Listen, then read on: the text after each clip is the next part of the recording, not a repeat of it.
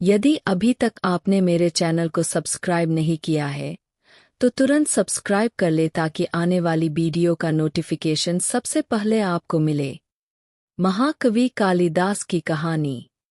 कालिदास के बारे में आप लोगों ने जरूर सुना होगा।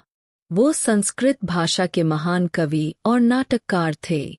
अभिज्ञान शाकुंतलम उनका प्रसिद्ध नाटक है। इसका अनुवाद विश्व के अनेक भाषाओं में हुआ है। मेघदूत कालिदास की एक प्रसिद्ध रचना है। यह एक दूतवाक्य है। इसमें यक्ष की कहानी है जिसे अलकापुरी से निष्कासित कर दिया गया है। यक्ष बादलों की मदद से अपने प्रेम संदेश अपनी प्रेमिका तक पहुंचाता है। यह ग्रंथ भारतीय साहित्य में बहुत प्रसिद्ध है। कालिदास ने अपनी रचनाओं में प्रकृति का वर्णन बहुत ही सुंदर तरह से किया है। सरल, मधुर और अलंकार युक्त भाषा का इस्तेमाल किया है। उनकी रचनाओं में श्रृंगार रस की प्रधानता है। कालिदास के समकालीन कवि बाणभट्ट ने उनकी रचनाओं की प्रशंसा की है। कालिदास का जन्म किस वर्ष हुआ है, यह ज्ञात नहीं है। विद्वानों में इसे लेकर बहुत विवाद है। उनके जन्म स्थान के बारे में भी सही जानकारी उपलब्ध नहीं है। मेघदूत ग्रंथ में कालिदास ने उज्जैन का वर्णन विशेष रूप से किया है। इसलिए कुछ विद्वानों का मानना है कि कालिदास का जन्म उज्जैन में हुआ था। कुछ का मानना है कि कालिदास का जन्म उत्तराखंड के रुद्रप्रयाग जिले के कविल्ठा गांव में हुआ था। उन्होंने मेघदूत, कुमार संभवम और रघुवंश जैसे प्रसिद्ध ग्रंथों की रचना की। किंवदंतियों के अनुसार कालिदास देखने में सुंदर, हृष्टपुष्ट और आकर्षक थे। वे राजा विक्रमादित्य के दरबार में नवरत्नों में से एक थे।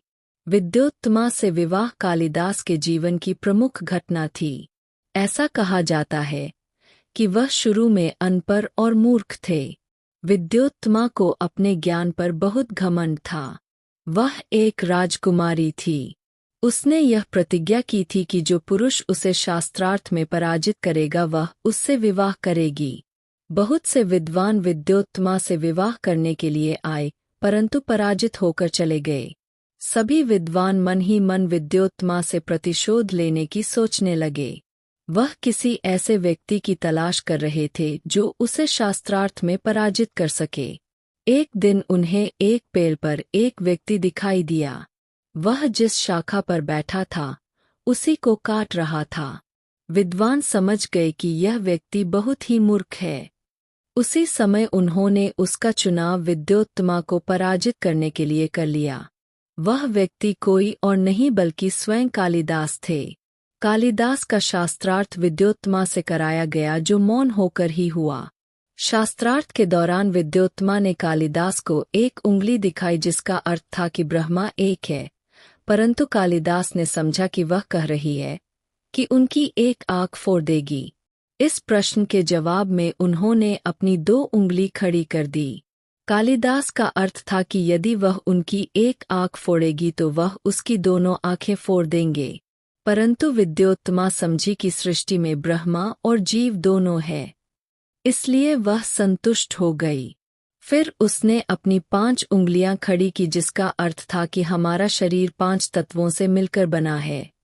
कालिदास समझे कि वह उन्हें थप्पड़ मारना चाहती है, तो उन्होंने अपनी 5 उंगलियों को जोड़कर एक मुट्ठी बना दी और संकेत में कहा कि यदि तुम मुझे थप्पड़ मारोगे तो मैं तुम्हें गुस्सा मारूंगा। परंतु इस उत्तर को विद्योत्तमा ने दूसरे प्रसंग में लिया। वह समझी कि 5 तत्व तो अलग अलग है, परंतु मन तो एक ही है और मन सभी तत्वों को संचालित करता है। इसलिए विद्योत्तमा को यह उत्तर सही लगा और इस तरह धीरे धीरे कालिदास ने उसे शास्त्रार्थ में पराजित कर दिया। कालिदास का विवाह विद्योत्तमा से हो गया। उसे जल्द ही सच्चाई का पता चला कि कालिदास अनपढ़ और मूर्ख है। उसने कालिदास को घर से निकाला और कहा कि जब तक पूर्ण ज्ञान और प्रसिद्ध न पा लेना, घर वापस नहीं आना। यह कालिदास के जीवन की महत्वपूर्ण घटना थी। उनके अहम को ठेस पहुंची और उन्होंने ज्ञान प्राप्त करने का निश्चय कर लिया। कालिदास ने काली देवी की आराधना की और अध्ययन करके वे ज्ञानी और धनवान बन गए।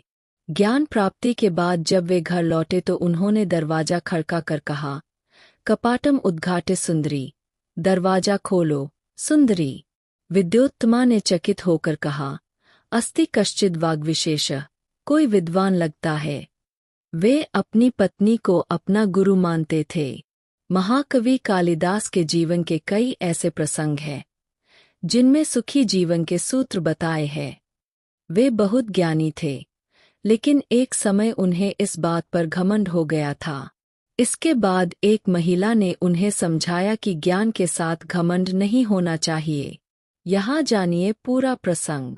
प्रचलित प्रसंग के अनुसार एक दिन महाकवि कालिदास एक नगर से दूसरे नगर जा रहे थे। रास्ते में उन्हें प्यास लगी। वहीं उन्हें एक कुआं दिखाई दिया। वहां गांव की एक महिला पानी भर रही थी। कालिदास ने महिला से कहा कि मुझे प्यास लगी है, कृपया पानी दीजिए। महिला ने कहा कि मैं आपको नहीं जानती हूँ, कृपया अपना परिचय दें, इसके बाद मैं पानी दे दूंगी। कालिदास को अपने ज्ञान पर घमंड था। उन्होंने अपना नाम न बताते हुए कहा कि मैं मेहमान हूँ। महिला बोली कि आप मेहमान कैसे हो सकते हैं? संसार में सिर्फ दो ही मेहमान हैं, एक धन और दूसरा यौवन। गांव की महिला से बात सुनकर कालिदास हैरान रह गए। उन्हें उस महिला से ऐसी बात की उम्मीद नहीं थी। वे फिर बोले कि मैं सहनशील हूँ। महिला ने कहा कि आप सहनशील नहीं हैं। इस संसार में सिर्फ दो ही सहनशील है, एक ये धरती जो पापी और पुण्यात्माओं का बोझ उठाती है, हमें खाने के लिए अनाज देती है। दूसरे सहनशील पेड़ है, जो पत्थर मारने पर भी फल ही देते हैं। कालिदास ने फिर कहा कि मैं हठी हूँ। महिला बोली कि आप फिर झूठ बोल रहे हैं। हठी दो ही है, एक हमारे नाखून और दूसरे बाल।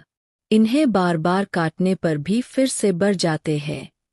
महिला से ऐसी ज्ञान वाली बातें सुनकर कालिदास हार मान गए और बोले कि मैं मूर्ख हूँ।